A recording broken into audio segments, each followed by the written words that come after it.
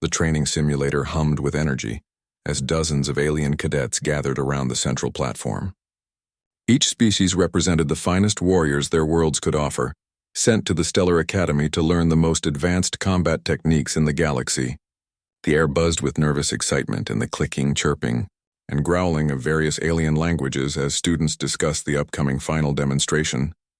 Commander Talus adjusted his forearms behind his back as he surveyed the mixed group before him. His pale blue skin gleamed under the artificial lights, and his large black eyes took in every detail of his students. In his 30 years of military service, he had trained thousands of warriors from across the galaxy. But this particular class presented unique challenges. The Rokari students stood in a tight group near the left wall, their massive frames covered in natural chitinous armor that gleamed like polished metal. Each one stood nearly 8 feet tall, with arms thick as tree trunks and claws that could slice through steel. They spoke in deep rumbles, discussing battle strategies passed down through generations of dragon hunters on their homeworld. Across from them, the Etherian representatives seemed to float rather than stand, their translucent bodies shifting between solid and gaseous states. They communicated through musical tones that sounded like wind chimes in a gentle breeze.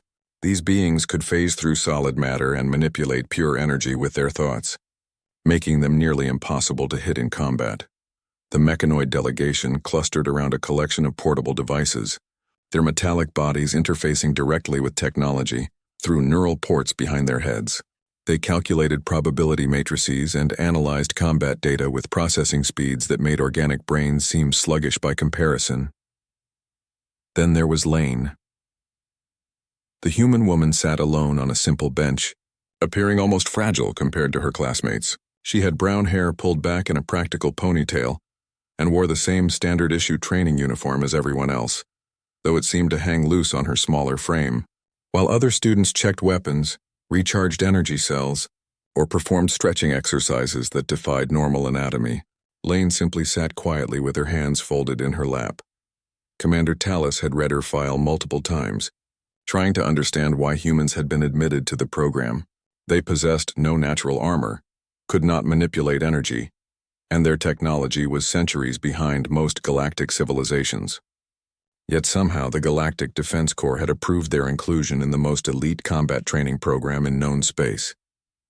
"Attention, cadets," Commander Talus announced, his voice carrying easily across the large chamber. All conversations stopped immediately. "Today marks your final demonstration before graduation. Each species will face the dragon simulation individually, showcasing the unique combat methodology that makes your people valuable to the Galactic Defense Corps." A low murmur rippled through the crowd. Dragons had only recently been discovered on a remote world at the galaxy's edge, but they had quickly earned a reputation as the most dangerous predators ever encountered.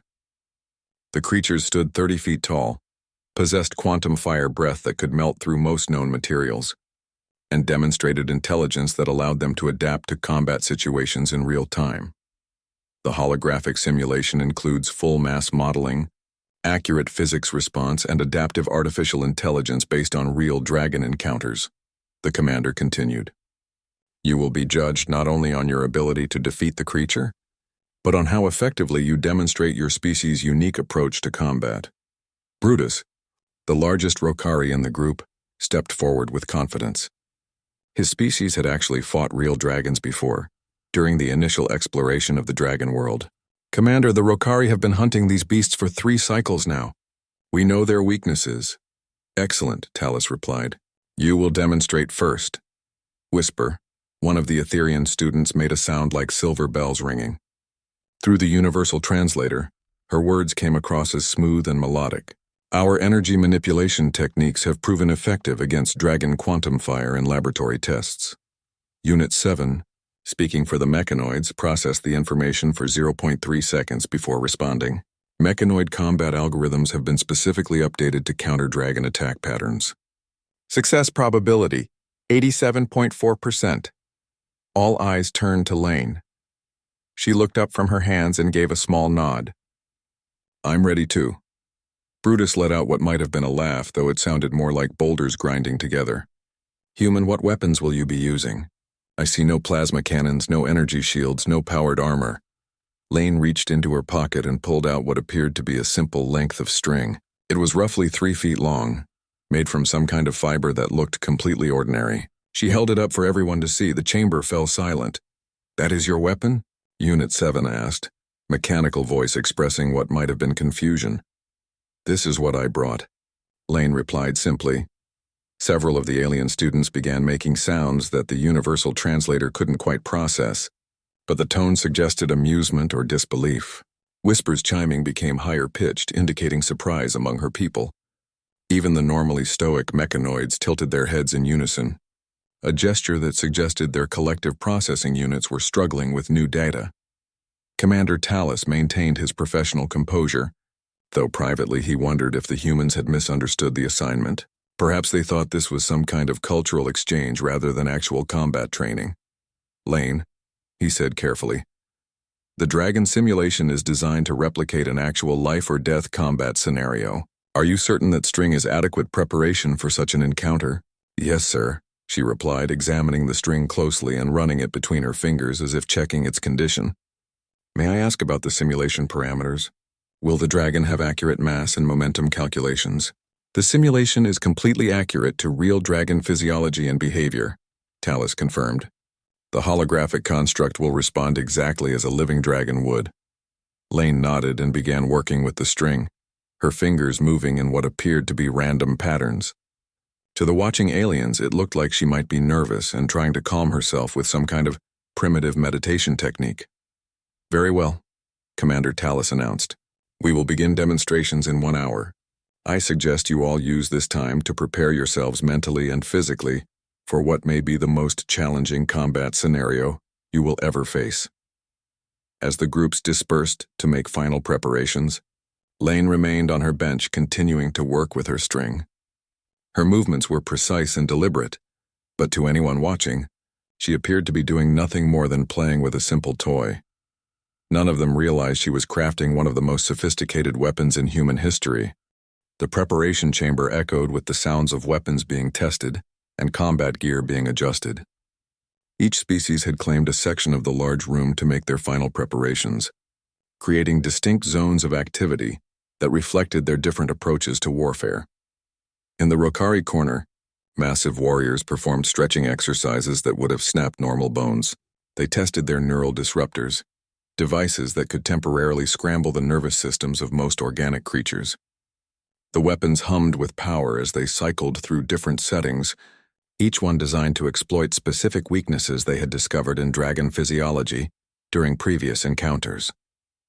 Brutus flexed his 4-inch claws and examined the quantum-resistant coating that covered them. "Brothers," he rumbled to his companions, "remember that dragon hide is toughest at the shoulders and weakest behind the front legs. Strike there first to limit their mobility." His fellow Rokari nodded, their own claws extending and retracting as they practiced the ritual combat movements passed down through their warrior culture. They had earned their reputation as the galaxy's finest shock troops, through centuries of fighting the most dangerous creatures on dozens of worlds. Across the room, the Etherean students had begun their preparation meditation. Whisper floated 3 feet off the ground, her body cycling through different states of matter as she practiced transitioning between solid and energy forms. The air around her shimmered with barely contained power. "The dragon's quantum fire operates on frequencies we can match," she sang to her companions, her voice creating harmonics that resonated through the chamber. "We can absorb its breath weapon and redirect the energy back at the creature, but timing must be perfect." The other Etherians joined her in a complex harmony, their voices weaving together as they synchronized their energy patterns. When working together, they could create force fields, energy blasts, and even temporary rifts in spacetime. Their preparation looked more like a beautiful concert than combat training. The mechanoid section resembled a high-tech laboratory. Unit 7 and his companions had connected themselves to portable processing units, rapidly downloading and analyzing every piece of data available about dragon combat. Holographic displays showed mathematical models of dragon movement patterns, energy output calculations, and detailed schematics of weak points in dragon anatomy. Dragon attack pattern 7 alpha shows a 43% probability of success if we maintain distance of 12.7 meters. Unit 7 calculated aloud. Quantum fire breath has maximum effective range of 18 meters, with accuracy decreasing by 15% for every meter beyond optimal range. The mechanoids shared data directly through neural links, creating a collective intelligence that could process information faster than most supercomputers. Their weapons were marvels of engineering, capable of adapting to any combat situation in real time. Meanwhile, Lane sat quietly on her bench, working with her string. Several students had begun gathering around her, drawn by curiosity and growing amusement at her choice of equipment. Brutus approached first, his massive frame casting a shadow over the human woman. "Little human," he said, his voice carrying the tone one might use with a confused child. "Perhaps you misunderstood the assignment. This is combat training, not arts and crafts." Lane looked up from her string work, meeting the Rokari's gaze without flinching. "I understand the assignment perfectly." Unit 7 rolled forward on his mechanical tread, sensors focusing on the string in her hands. Scans indicate standard organic fiber composition. Tensile strength insufficient for combat applications. Weight negligible. Threat assessment 0. Whisper floated closer, her musical voice taking on tones of concern. "Dear human, we do not wish to see you harmed. Perhaps you could observe our demonstrations and learn techniques more suitable for your physiology." "Thank you for the offer," Lane replied politely, "but I'm confident in my approach." The gathering crowd exchanged glances that needed no translation. The universal translator might not capture every nuance, but body language was fairly consistent across species. They thought she was either incredibly brave or completely insane. A young Rokari named Boulder stepped forward, his claws clicking together nervously. "Human Lane, on my world we have a saying. The smallest flame burns out first in the storm. Perhaps you should reconsider." Lane smiled at him, the first real emotion she had shown since arriving at the academy. "On my world we have a saying too. It's not the size of the dog in the fight. It's the size of the fight in the dog." The translator struggled with the idiom, producing confused sounds in several alien languages. Unit 7's mechanical head tilted as he processed the phrase. "Translation unclear," he admitted. "Dogs are earth canines, correct? What relevance do domesticated animals have to combat strategy?" "It means that determination and intelligence matter more than size or strength," Lane explained, returning to her string work. Brutus let out another grinding laugh. "Intelligence is useful, human, but intelligence alone cannot pierce dragon hide or survive quantum fire. You need tools that match the threat." "I have tools," Lane said simply, holding up her string. The crowd of aliens stared at the simple fiber in disbelief. Whisper's harmonic tones shifted to what sounded like barely restrained panic. "Lane, that string appears to be designed for recreational purposes. How could it possibly affect a creature that stands 30 feet tall and breathes energy hot enough to melt starship armor?" Lane examined the string more closely, testing its flexibility and checking several knots she had tied at specific intervals. "String has been used by humans for thousands of years. We've found it quite versatile." "For what purposes?" Unit 7 asked, his sensors recording every detail of her movements. "Hunting," Lane replied. "Construction, art, music, mathematics, engineering, combat." "Combat?" Boulder's voice cracked slightly. "You fight with string?" "Among other things," Lane nodded. "We use whatever works." Commander Talus had been watching the interaction from across the room. The growing crowd around the human concerned him. He had seen many cadets break under pressure, and the last thing he needed was for Lane to suffer a psychological breakdown that might compromise the entire class. He approached the group, his forearms moving in a gesture that commanded immediate attention from all species present. "Is there a problem here?" he asked. "No, sir," Brutus replied quickly. "We were simply concerned for our human classmate's safety. Her choice of equipment seems inadequate." Talus looked down at Lane, who continued working with her string as if the entire conversation was happening to someone else. "Lane, do you wish to withdraw from the demonstration?" There is no shame in recognizing when a challenge exceeds one's capabilities. Lane finished tying a particularly complex knot before looking up. "Commander, could you tell me more about the simulation's physics modeling? Specifically, how accurately does it represent momentum transfer and energy conservation?" The question surprised him. "The simulation uses the most advanced quantum processors available. Every aspect of the dragon's behavior, including mass, momentum, energy output, and physical reactions, is modeled to within 99.7% accuracy of real creatures. And the environment? Gravity, air resistance, material properties? All accurate to Academy standards, Tallis confirmed. Lane nodded and returned to her string. Then I'm ready to proceed. The commander studied her for a long moment. In his experience, warriors facing impossible odds usually showed some combination of fear, bravado, or desperate preparation. Lane displayed none of these reactions. She seemed calm, focused, and completely confident in whatever plan she had developed. It made him more nervous than if she had been panicking. Very well, he announced to the group. Demonstrations begin in 20 minutes. All observers will move to the protected viewing area. As the aliens dispersed to finish their preparations, Lane continued working with her string, her fingers moving in increasingly complex patterns that seemed to have some kind of mathematical precision behind them. None of them noticed that she hadn't asked a single question about the dragon itself. The combat arena materialized around them like a nightmare made real. Holographic projectors created a perfect recreation of the mountainous terrain where dragons had first been encountered. Complete with jagged rocks, deep crevices, and unstable ledges that could collapse under the weight of a careless step, the artificial sky was dark and stormy, with lightning crackling between heavy clouds that cast moving shadows across the battlefield. Commander Tallis stood in the protected observation deck with the waiting students, his hands moving across the control panel as he made final adjustments to the simulation parameters. Through the transparent energy barrier, they could see into the arena where their classmates would soon face the most dangerous predator known to galactic civilization. The dragon construct will activate when the first combatant enters the arena, Tallis announced. It has been programmed with the behavioral patterns, physical capabilities, and adaptive intelligence of the specimens encountered on the frontier worlds. Each of you will have 15 minutes to demonstrate your species' combat methodology. Below them, the arena waited in ominous silence. Brutus stepped forward first, his massive frame casting a long shadow across the observation deck. Rokari have hunted these beasts before, he declared, flexing his claws. We know their weaknesses. The force field at the arena entrance dissolved, and Brutus strode into the simulated landscape with the confidence of a warrior who had faced real dragons and lived to tell about it. His neural disruptor hummed with power at his side, and his natural armor gleamed under the artificial lightning. For a moment, nothing happened. Then the air in the center of the arena began to shimmer.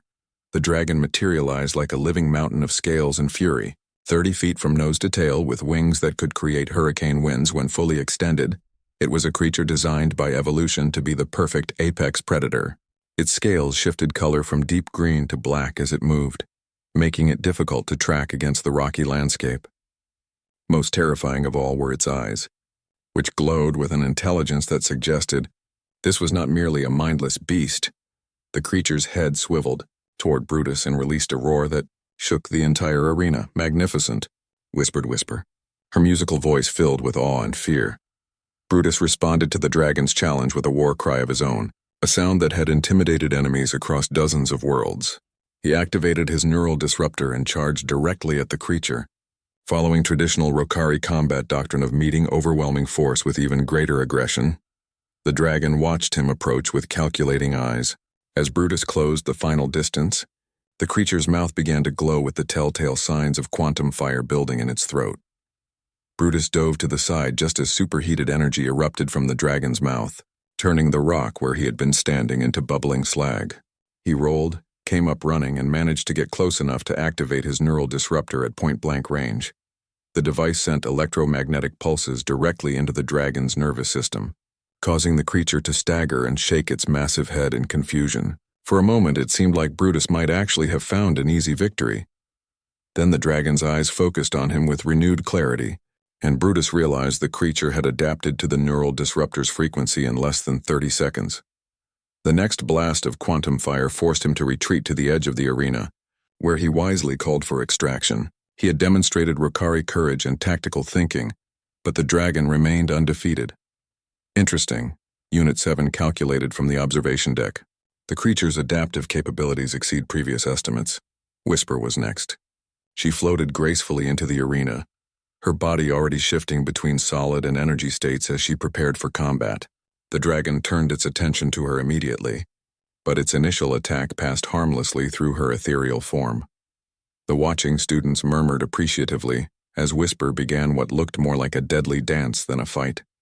She phased in and out of physical reality, avoiding the dragon's claws and breath weapon while launching concentrated bursts of pure energy at vulnerable points on the creature's body.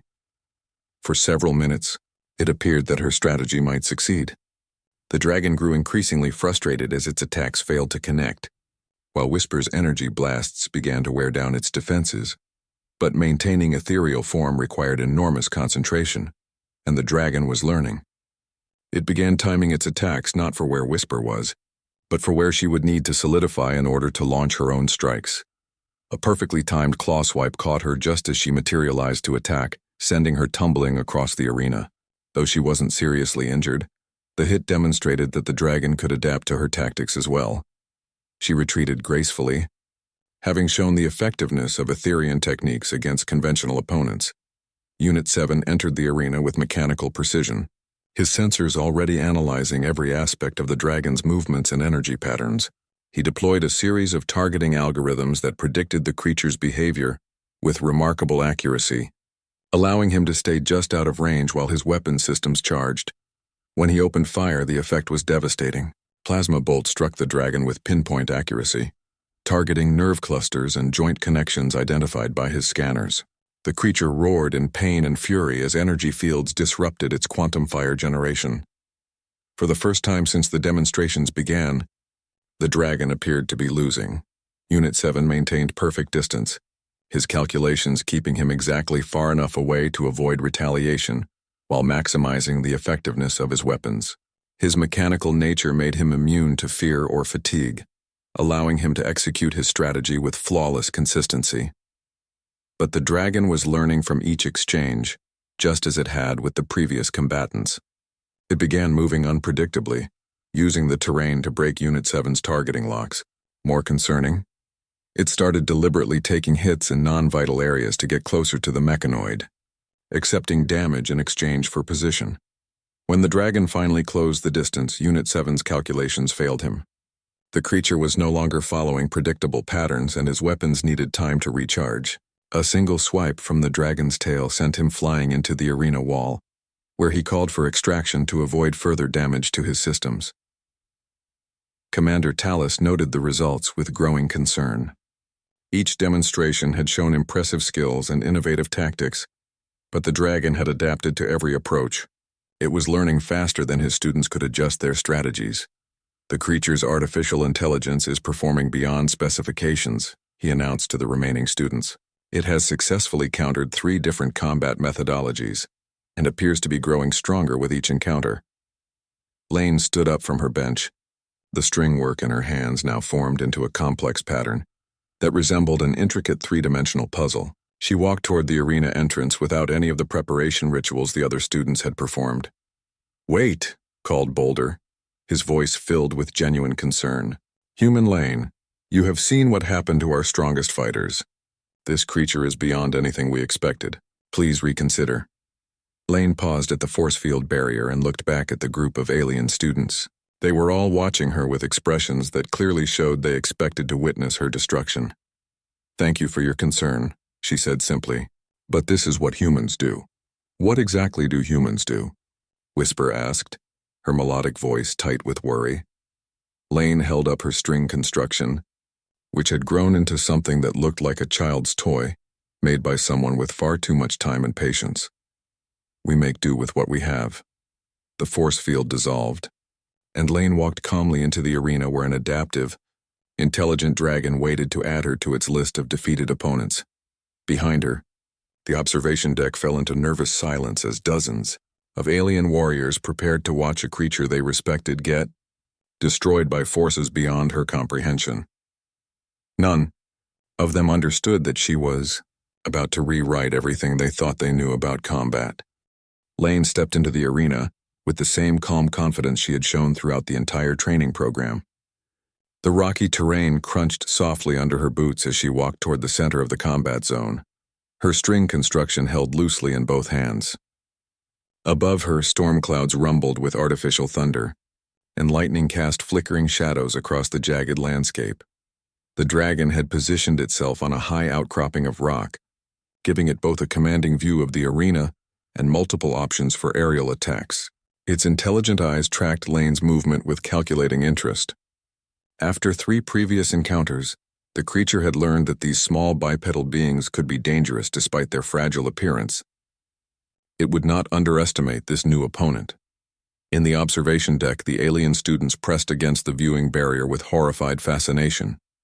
They had watched their strongest classmates struggle against this creature, and now they were about to witness what appeared to be a helpless human walk to her doom, armed with nothing but string. "She is going to get herself killed," Boulder whispered, his claws clicking nervously against the metal railing. Statistical probability of human survival, less than 1%, Unit 7 calculated, his mechanical voice carrying an unusual note of what might have been concern. Whisper's harmonic tones had shifted to frequencies associated with mourning among her people. Such a waste of life. Humans may be primitive, but they deserve better than this. Commander Tallis watched with professional interest. Though privately he was preparing to terminate the simulation if Lane appeared to be in immediate danger of serious harm. He had never lost a student during training exercises, and he did not intend to start now. Down in the arena, Lane had reached the center of the combat zone. She stood quietly for a moment, looking up at the dragon perched above her. The creature was magnificent, a perfect example of evolutionary design that had produced the ultimate predator. Its scales shifted color as it prepared to attack, and energy began building in its throat for the quantum fire breath that had forced all previous opponents to keep their distance. Then Lane did something that defied all military logic and common sense. She walked directly toward the dragon. "What is she doing?" Brutus rumbled, his voice tight with disbelief.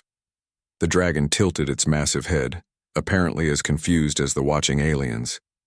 Its enemies had always tried to avoid its attacks, using speed, technology, or supernatural abilities to stay out of range while looking for weaknesses. This small human was approaching as if she intended to have a conversation rather than a fight. When Lane was directly beneath the rocky outcropping, she stopped and began manipulating her string with rapid, precise movements. Her fingers moved so fast they became almost invisible, creating patterns in the air that seemed to follow some kind of mathematical sequence. The dragon decided that whatever the human was planning, it was best to end the threat immediately. It launched itself from the rocks with wings spread wide, intending to crush its opponent with overwhelming force while simultaneously breathing quantum fire to ensure there would be no escape. Lane looked up at the diving dragon and smiled. What happened next made several alien observers question whether their translators were malfunctioning or if they were experiencing some kind of shared hallucination. As the dragon plummeted toward her, Lane's stringwork suddenly expanded into a complex 3-dimensional pattern that seemed to exist in more dimensions than should have been mathematically possible. The simple fiber in her hands had become something that bent light around it, creating geometric shapes that hurt to look at directly. The dragon's massive claw, moving with enough force to shatter rock, reached for Lane's fragile form, but instead of crushing her, the claw somehow became entangled in her string pattern.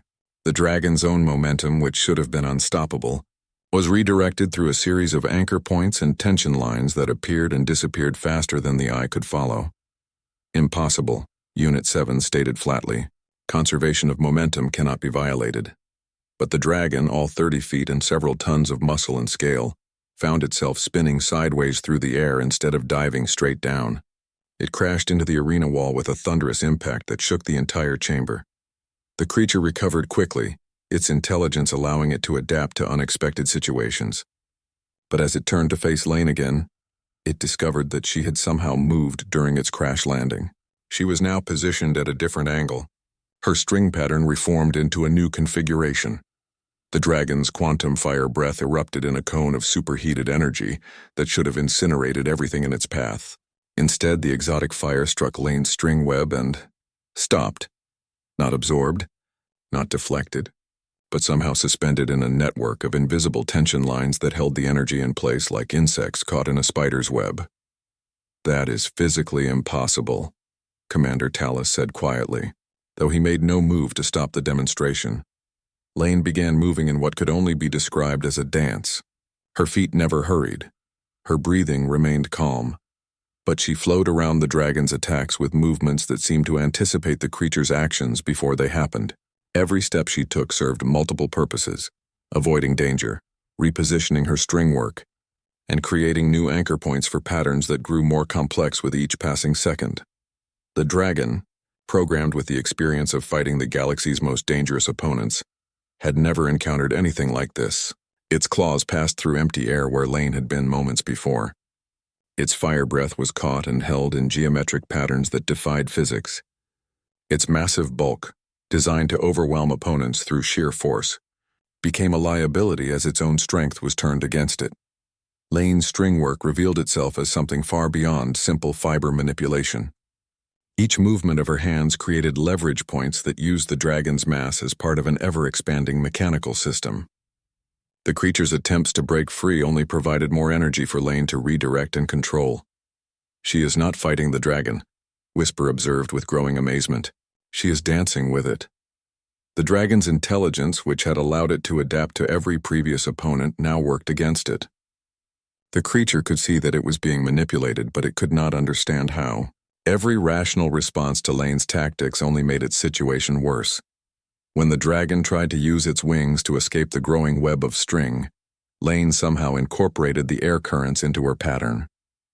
When it attempted to use brute force to snap the fibers holding it, the tension was distributed across multiple points in ways that made the string stronger, rather than weaker.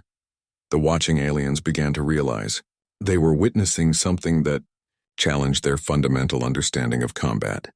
While their species had developed fighting techniques based on their natural advantages, humans had apparently developed something based on pure understanding of how forces and systems interacted. "How is this possible?" Boulder asked, his voice barely a whisper. Unit 7's sensors were working overtime, trying to analyze what they were observing. Unable to determine mechanism. String appears to be standard organic fiber. Human appears to be unmodified baseline biology. Yet observed effects violate multiple laws of physics. Lane continued her dance around the increasingly entangled dragon, her movements growing more complex as the pattern she was creating reached toward some kind of completion. The creature's struggles were becoming weaker, not because it was being harmed, but because every motion it made was being absorbed and redirected by the web of forces Lane had woven around it. Commander Talus found himself leaning forward against the viewing barrier, completely absorbed in what he was watching. In 30 years of military service, he had never seen anything like this demonstration of applied physics using tools so simple that any child could carry them. The dragon made one final attempt to break free, gathering all its remaining strength for a massive burst of movement that should have shattered any restraint. Instead, the energy of its struggle flowed through Lane's string pattern like water through a complex irrigation system, each branch and channel designed to handle exactly the forces being applied to it. When the creature's energy was finally exhausted, it found itself suspended in the center of the arena, held perfectly motionless by a web of string that caused no harm, but made escape impossible. Its quantum fire breath was neutralized, its claws were positioned safely away from any targets, and its massive weight was distributed across multiple anchor points that made any movement futile. Lane stepped back from her completed work and looked up at the dragon's eyes. For a moment, predator and human regarded each other with mutual respect. Then Lane made a simple gesture with her hands, and the entire web collapsed harmlessly, releasing the dragon, which immediately deactivated as the simulation reached its conclusion. The arena fell into absolute silence. In the observation deck, dozens of the galaxy's finest warriors stared at a human woman who had just accomplished the impossible using nothing but string and an understanding of forces that their most advanced scientists struggled to comprehend. Finally, Unit 7 broke the silence with a question that would echo through military academies across the galaxy for generations to come. What did we just observe? The silence in the observation deck stretched on for what felt like hours, though only seconds had actually passed. Every alien student stood frozen at the viewing barrier, their minds struggling to process what they had just witnessed. The most advanced warriors in the galaxy, representing species that had conquered stars and mastered forces beyond normal comprehension, had been rendered speechless by a human woman with string. Lane walked calmly across the arena floor, gathering up the pieces of her construction that had scattered when the web collapsed. To the watching aliens, she appeared to be simply cleaning up, but Commander Tallis noticed that she examined each section of string carefully before placing it back in her pocket. Whatever technique she had just demonstrated required specific materials prepared in precise ways. "Commander," Brutus said finally, his deep voice cracking slightly, "request permission to review the simulation recordings." "Granted," Tallis replied, though he was equally eager to understand what had just occurred. Holographic displays around the observation deck activated, showing the encounter from multiple angles and at various speeds. The alien students gathered around the projections, watching frame by frame as Lane had somehow transformed a simple string into a weapon that could neutralize the most dangerous predator known to galactic civilization. "Look at this section," Unit 7 called out, highlighting a sequence where the dragon's claw had become entangled in Lane's string pattern. The angle of approach should have resulted in the string breaking under load stress. Instead, the force was distributed across multiple anchor points simultaneously. Whisper floated closer to the display, her musical voice tight with confusion. "But how did she create anchor points in empty air? Our sensors detected no energy fields, no gravity manipulation, no exotic matter." "There," Boulder pointed with one massive claw at a moment when Lane had redirected the dragon's momentum. She anticipated the creature's movement and positioned her string to catch its claw exactly where it would have maximum leverage. But the timing required would be impossible for organic reflexes. The more they analyzed the recordings, the more impossible Lane's performance appeared. Every movement she had made served multiple purposes simultaneously. Every piece of string had been positioned to handle forces that would have torn apart materials 10 times stronger. Every step of her dance had been calculated to maximize efficiency while minimizing energy expenditure. "It is as if she could see the future," Whisper observed. She moved to counterattacks before the dragon had decided to make them. "Negative," Unit 7 corrected. "Analysis suggests she was reading micro-expressions and body language to predict the creature's actions. But processing that much information while simultaneously calculating force vectors and tension loads would require computational abilities beyond known organic capabilities, Commander." Tallis had been reviewing the sensor readings from Lane's equipment. The results were disturbing in their simplicity. "The string reads as standard organic fiber," he announced to the group. "Cotton and silk blend with traces of what appears to be spider silk for added tensile strength. Total cost in galactic credits less than one standard meal."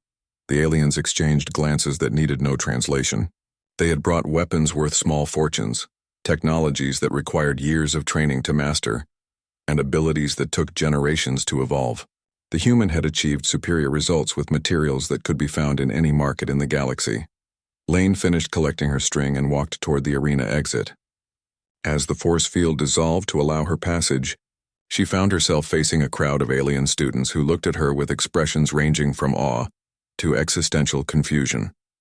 "Lane," Commander Tallis called out as she approached, "would you be willing to explain your technique to your classmates?" She paused and looked around at the assembled group. "What would you like to know?" The question unleashed a flood of inquiries from every species present. How did you create anchor points without energy fields? What calculations did you use to predict force distributions? Where did you learn to anticipate the dragon's movements? How did you violate conservation of momentum? Lane held up her hands for quiet, and the barrage of questions stopped immediately. "I didn't violate any laws of physics," she said simply. "I used them." "But that is impossible," Unit 7 protested. "Our sensors detected forces being redirected in ways that should not be mathematically feasible." Lane pulled a length of string from her pocket and began working with it as she spoke. "Every force has an equal and opposite reaction. Every action creates opportunities for redirection. The dragon wasn't fighting me. It was fighting against its own momentum being channeled through a system designed to turn strength into weakness." Her fingers moved as she talked, creating simple patterns that grew increasingly complex. "When the dragon dove at me, it committed all its mass and velocity to a single vector. I just gave that energy somewhere else to go." "But the anchor points," Whisper insisted. "We saw the string connect to positions in empty air." "Air isn't empty," Lane replied. "It has density, pressure, and movement. String can use air resistance as an anchor, if you understand how to create the right tension relationships." She held up her latest construction, which looked like a three-dimensional mathematical proof made from fiber. This is based on principles humans have understood for thousands of years. We call it mechanical advantage. Brutus stared at the pattern in her hands. On my world, our greatest engineers use quantum computers to calculate structural load distributions. You are telling us that you performed the same calculations in your head while fighting for your life? I didn't need to calculate anything during the fight, Lane said. I prepared the pattern beforehand. All I had to do was execute it. Prepared how? Commander Talus asked. I listened to your descriptions of the dragon. Mass, dimensions, attack patterns, energy output. Basic physics told me how much force I would need to redirect and where the optimal anchor points would be. The rest was just engineering. The alien stared at her in growing comprehension.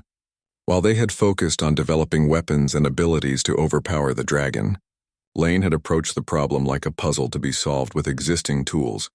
You designed a solution before ever seeing the creature, Unit 7 calculated. You treated it as an engineering problem rather than a combat scenario. Combat is engineering, Lane replied. At least that's how humans approach it. We rarely have the biggest weapons or the strongest armor, so we have to be smarter about how we use what we have. She began disassembling her string pattern, each movement precise and deliberate. This particular technique is called cat's cradle. Human children learn it as a game to develop hand-eye coordination and spatial reasoning. The observation deck fell silent again as the implication sank in. You are saying, Whisper asked carefully, that your species teaches combat techniques to children as recreational activities. We teach problem-solving techniques, Lane corrected. The applications are up to the individual. Boulder's voice was barely a whisper. How long did it take your species to develop this level of sophistication? Lane finished packing away her string and looked up at the assembled alien warriors. We've been using string for hunting and construction for about 40,000 years. Cat's cradle specifically has been around for at least 3,000 years, though it probably existed much earlier. She paused and seemed to consider something.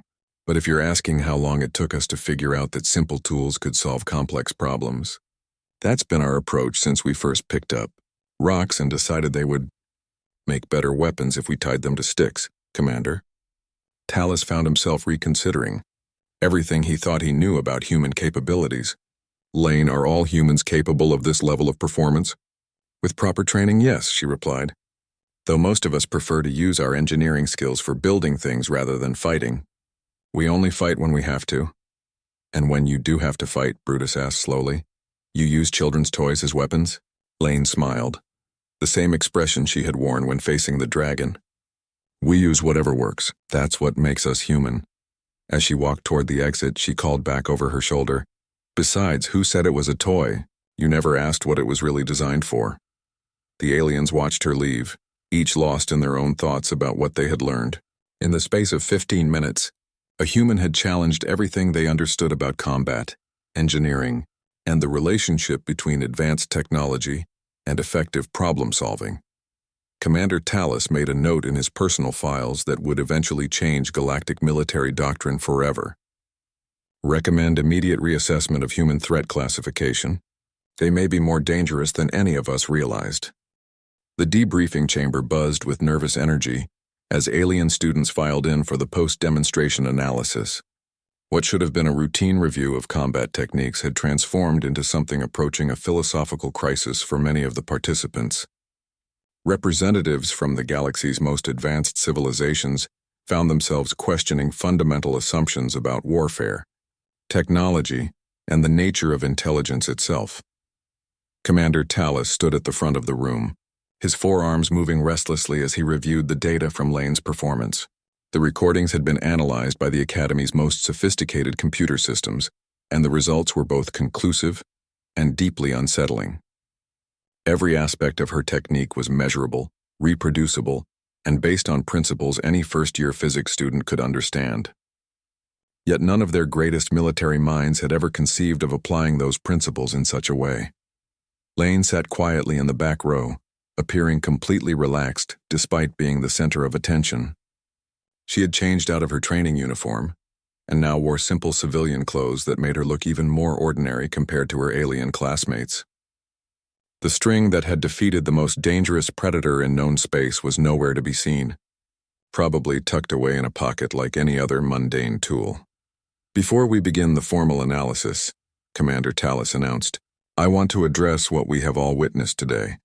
Each species represented in this class has demonstrated techniques developed over centuries or millennia of military evolution. The Rokari showed us the effectiveness of direct assault, combined with neural disruption. The Etherians displayed the tactical advantages of energy manipulation and phase shifting. The mechanoids proved the value of advanced technology and computational analysis. He paused and looked directly at Lane. The human representative showed us something entirely different. She demonstrated that superior understanding of basic principles can overcome any advantage in technology, biology, or supernatural ability. Brutus shifted uncomfortably in his specially reinforced chair. Commander, with respect, what the human accomplished should not be possible. Our species has fought dragons in actual combat. We know their capabilities. No warrior armed only with string should be able to defeat such a creature. And yet she did. Tallis replied simply, which suggests that our understanding of combat effectiveness may be incomplete. Unit 7's mechanical voice carried what might have been confusion. Analysis indicates that human technique requires no advanced materials, no energy sources, no computational assistance, and no biological modifications. Yet it achieved superior results to all other demonstrated methodologies. This creates a logical paradox. It's not a paradox, Lane said quietly from the back of the room. It's just a different approach to problem solving. All attention turned to her. Whisper's harmonic tones carried a note of genuine curiosity. Please explain what you mean by different approach. Lane stood up and moved to the front of the room. Every species here developed their combat techniques around their natural advantages. Rokari have size and strength, so they developed direct assault tactics. Etherians can manipulate energy, so they focused on phase shifting and energy projection. Mechanoids have advanced processing power, so they created computational combat systems. She pulled out her string and began working with it as she talked, her hands moving in simple patterns that nonetheless drew everyone's attention. Humans don't have any natural advantages. We're not particularly strong, fast, tough, or smart compared to galactic standards, so we learned to make advantages out of what was available. But how did you know that string manipulation could be effective against dragons? Boulder asked. Your species has never encountered them before today. We didn't need to encounter dragons specifically, Lane replied. We needed to understand the principles that govern how large predators move and attack. Those principles are the same whether you're dealing with dragons, earth predators, or any other creature that relies on size and strength to overwhelm prey. She held up her string construction, which had evolved into something that looked like a mathematical proof made from fiber. Humans have been hunting creatures much larger and stronger than ourselves for our entire evolutionary history. We learned that you don't defeat a mammoth by being stronger than it. You defeat it by being smarter than it. Commander Tallis found himself genuinely curious about human development. How did your species survive long enough to develop such sophisticated techniques? Most worlds that produce intelligent life also produce predators that would eliminate any species without natural defensive capabilities. We survived by being cooperative and adaptable, Lane answered. When one human couldn't solve a problem, we worked together until someone found a solution. When the environment changed, we changed our techniques to match. When we encountered something we couldn't overpower, we found ways to make it overpower itself. She began disassembling her string pattern, each movement revealing new aspects of its construction. Every human technique is built on the idea that intelligence can overcome any physical disadvantage if applied correctly. We don't fight fair because fair fights are for species with natural weapons. You speak of your entire species as if they share this philosophy, Unit 7 observed. Our research indicates significant variation in human cultures and approaches to problem solving. That's true, Lane agreed. Humans disagree about almost everything, but we all agree on one thing. When survival is at stake, you use whatever works. Whisper's tones shifted to frequencies associated with deep thought among her people. This suggests that human combat effectiveness is not based on specific techniques, but on underlying cognitive patterns that allow rapid adaptation to any situation. Exactly, Lane said. We don't train to fight dragons. We train to think about problems in ways that let us fight anything. Brutus leaned forward, his massive frame creaking against his chair. Lane. What would happen if humans faced an opponent that couldn't be defeated through redirection or manipulation? Something that was truly immune to cleverness? Lane considered the question seriously. Then we'd find something else that worked. Or we'd change the conditions of the encounter until our approaches became effective again. Or we'd develop entirely new techniques based on what we learned from failing. And if none of those options were available, then we'd probably die, she admitted with a shrug. But we'd make sure to learn something useful in the process, and pass that knowledge on to other humans who could do better next time. The casual way she discussed potential extinction startled many of the alien students. Most species viewed individual survival as the primary goal of any combat encounter. Humans apparently viewed it as a learning opportunity that might benefit others. Commander Tallis realized he was witnessing something unprecedented in his experience. Lane, are you saying that humans approach combat as a form of scientific research? We approach everything as scientific research, she replied. Combat just happens to be one application. She finished packing away her string and looked around at the assembled aliens. You all developed impressive techniques based on your natural gifts, but you also limited yourselves to approaches that played to those gifts. Humans never had that option, so we learned to turn everything into a tool. Unit 7's sensors were recording every word, trying to process the implications for galactic military doctrine. This suggests that human combat effectiveness scales with available resources and preparation time, rather than being limited by biological or technological constraints. That's one way to put it, Lane agreed. But that would make humans the most adaptable combat force in the galaxy, Whisper sang, her tones carrying notes of wonder and concern. Only if we needed to be, Lane replied. Most of us prefer building things to breaking them. We only get creative about combat when someone forces us to. The observation deck fell silent as everyone contemplated what they had learned, a species that treated warfare as applied engineering, that could turn any material into a weapon, and that improved their techniques through failure, rather than being defeated by it. Commander Tallis looked at his class of elite warriors and realized that everything he thought he knew about human capabilities had been completely wrong. These weren't primitive merchants who had somehow talked their way into military training. They were strategic thinkers who had spent their entire evolutionary history learning to turn disadvantages into advantages. Lane, he said carefully, how many humans know techniques like the one you demonstrated today? Anyone who learned to play with string as a child has the basic skills, she replied. The specific combat applications would require some additional training, but the underlying principles are taught in elementary schools. Elementary schools? We start teaching problem-solving skills to children when they're very young, Lane explained. Games, puzzles, building projects, art activities that develop spatial reasoning and mechanical intuition. By the time humans reach adulthood, most of us can look at any situation and start figuring out how to manipulate it to our advantage. Brutus made a sound that might have been laughter or terror. Your species weaponizes childhood education. We optimize childhood education, Lane corrected.